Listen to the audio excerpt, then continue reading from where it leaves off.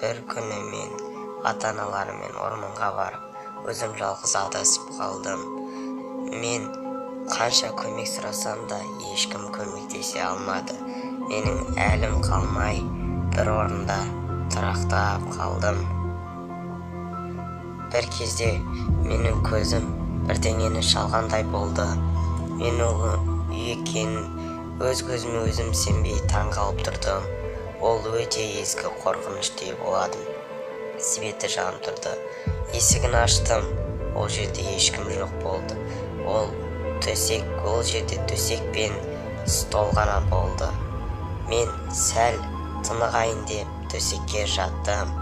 Жан-жағыма қарап, бұл өте ескі қорқынышты болды. Бір кезде жан-жағыма қарағанда стенада өте қорқынышты суреттерді байқадым. Бұлар орман құбыжықтары ма? Әлде осы үйдегі қалған адамдар ма деп өте қатты үрейде болдым.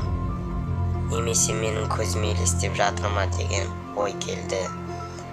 Мен ұзақ уақыт бойы ұйықтай алмай төсекте жан-жағыма жалтақтап қорқып жаттым. Ақырында мен қатты шаршағандықтан ұйықтай бастадым. Таңертең тұрған кезде жан-жағыма қарадым. Жан-жағыма қараған кезде бағанағы тұрған картинкалар жоқ болып шықты. Бағанағы картинкалар мен көзім елестеген ба деп, бұлар айна екен. Бұл не үшін тұрғанын білмедім.